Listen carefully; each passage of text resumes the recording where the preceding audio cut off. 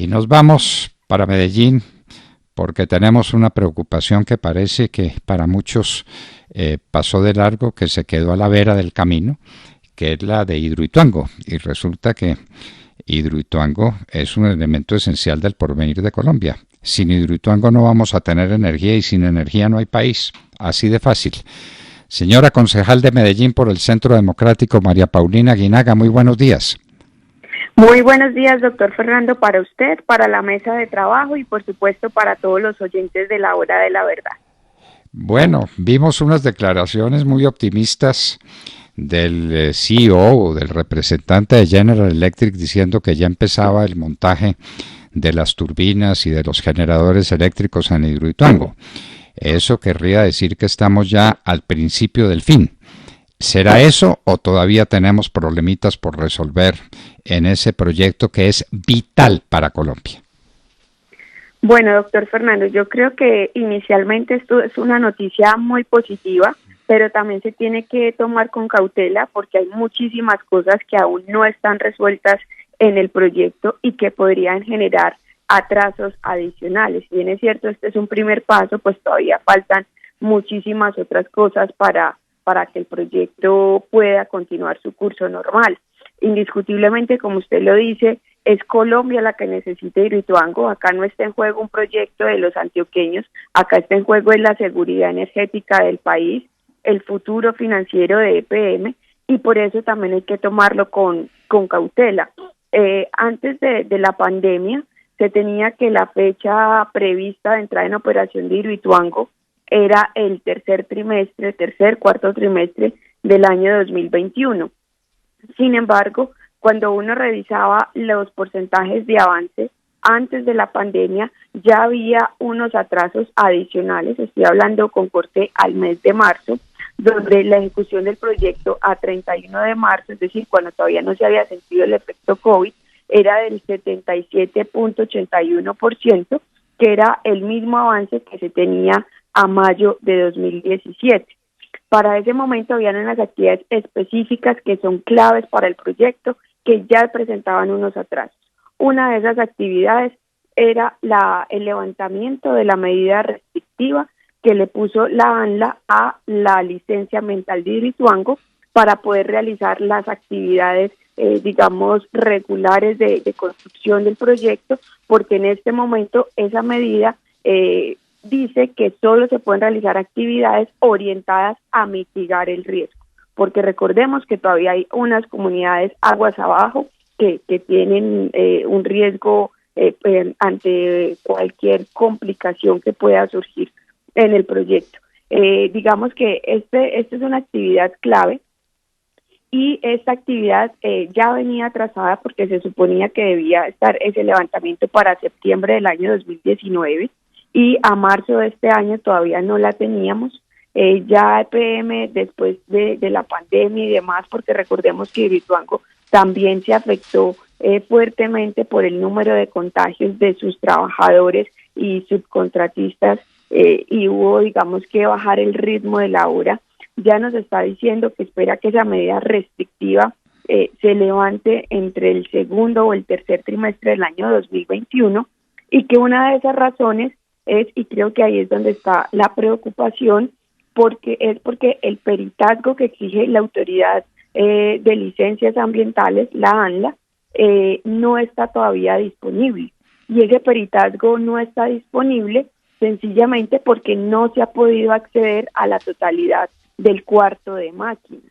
Es decir, la noticia que nos da General Electric es única y exclusivamente para las unidades de generación de la 1 a la 4, pero todavía hay una gran incertidumbre qué va a pasar con las unidades de generación de la 5 a la 8, porque ni siquiera en este momento se ha podido acceder a la totalidad del cuarto de máquinas y hay otras actividades también supremamente importantes en el cronograma del proyecto que todavía no están listas, como es el caso de la construcción del túnel de descarga intermedia para garantizar el caudal ecológico del río.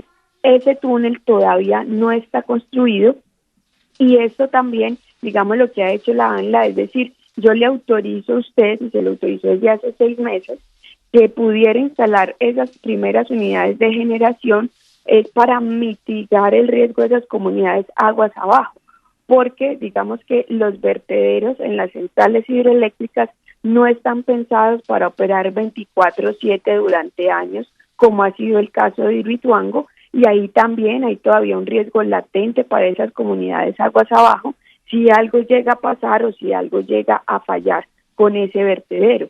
Entonces, por eso digo que, por supuesto, es un paso hacia adelante, es una muy buena noticia, pero también hay que resolver otros temas del proyecto, como es el túnel de descarga intermedia para garantizar el caudal ecológico, y también como es acceder a la totalidad del cuarto de máquinas, porque aún no se ha podido acceder a la totalidad del cuarto de máquinas, determinar la viabilidad de la instalación de las unidades de generación de la 5 a la 8, y también esto cómo va a afectar el presupuesto del proyecto, porque ya estamos hablando entre sobrecostos y adiciones de casi 5 billones de pesos.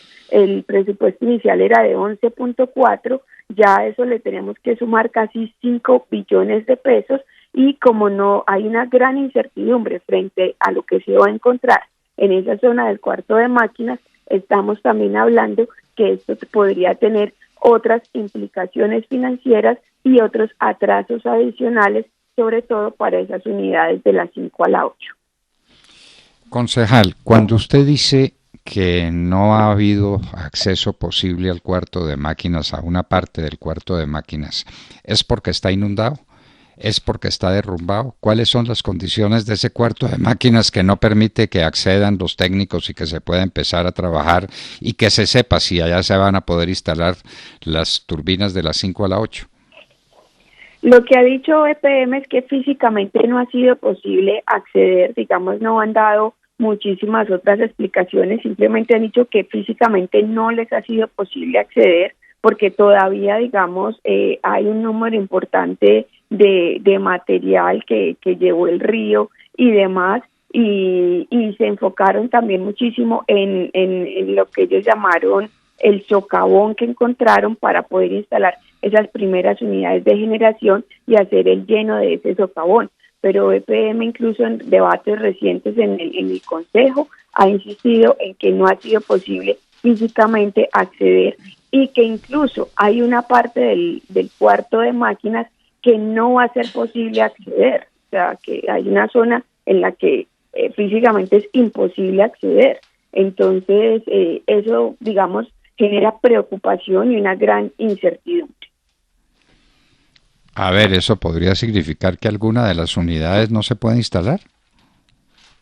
Pues ese riesgo está latente y es inminente que haya que redimensionar la capacidad del proyecto. Se sabe que de las unidades 1 a la 4, EPM está muy optimista que lo va a poder hacer, pero todavía no hay claridad ni hay un cronograma claro, definido, establecido sobre qué va a pasar con el resto de las unidades de generación. Pero no es que en el socavón donde irían las unidades 5 a 8 se esté trabajando y no haya terminado, sino que no hay acceso, es decir, que no se está trabajando.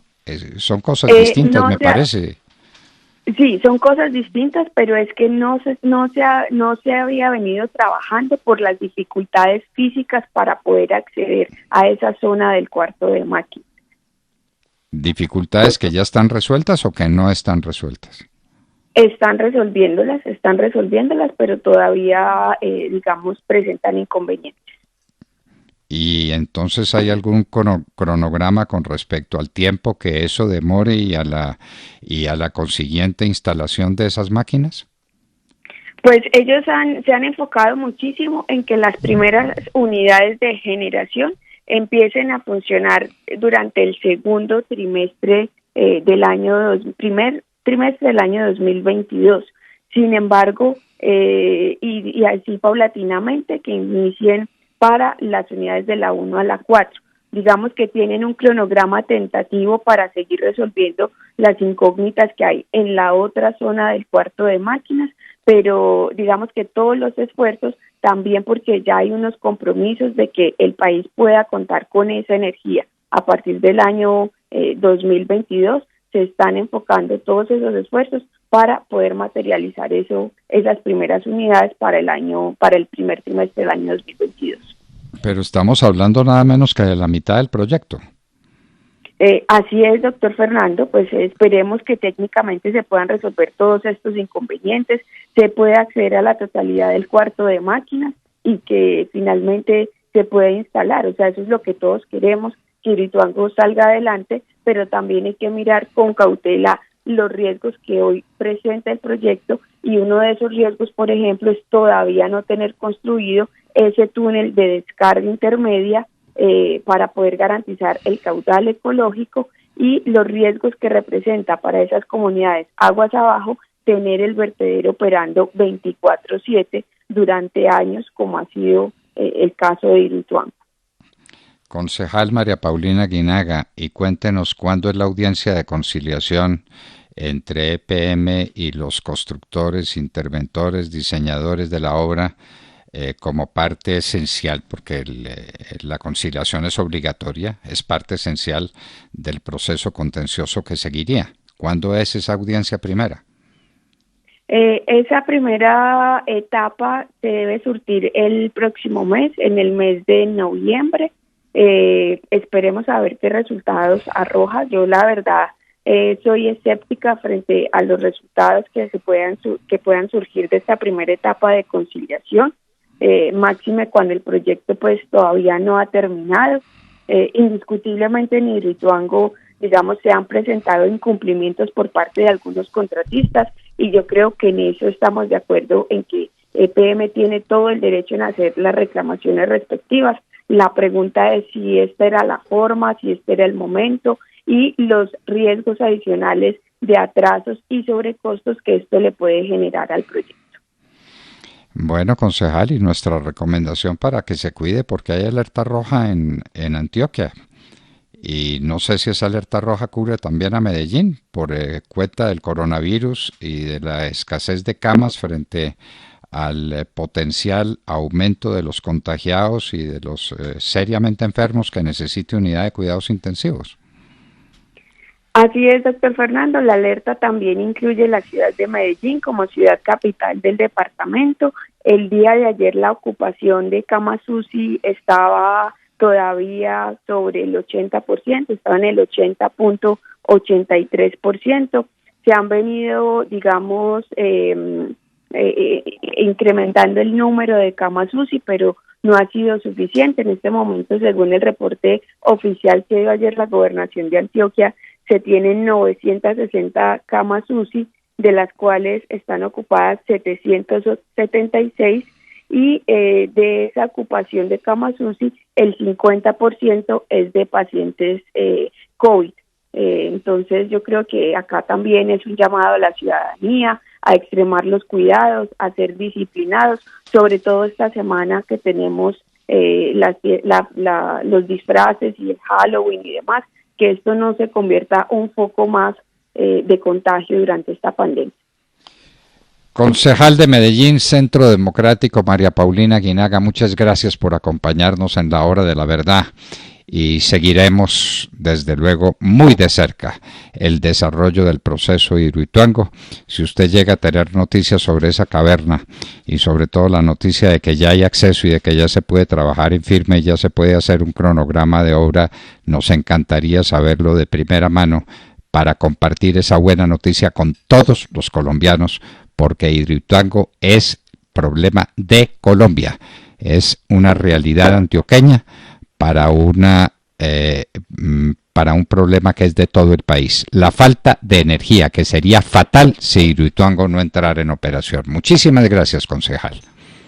Así es, doctor Fernando, no solamente la falta de energía, sino también lo que esto representaría para la economía colombiana, máxime en las actuales circunstancias por la pandemia. Entonces necesitamos que Hidroituango salga adelante, no solamente por el futuro de EPM, sino por la seguridad energética del país. Un muy buen inicio de semana para usted y para todos los oyentes. María Paulina Aguinaga, concejal de Medellín por el Centro Democrático, Generación del 14. Ella estaba con nosotros en la hora de la verdad.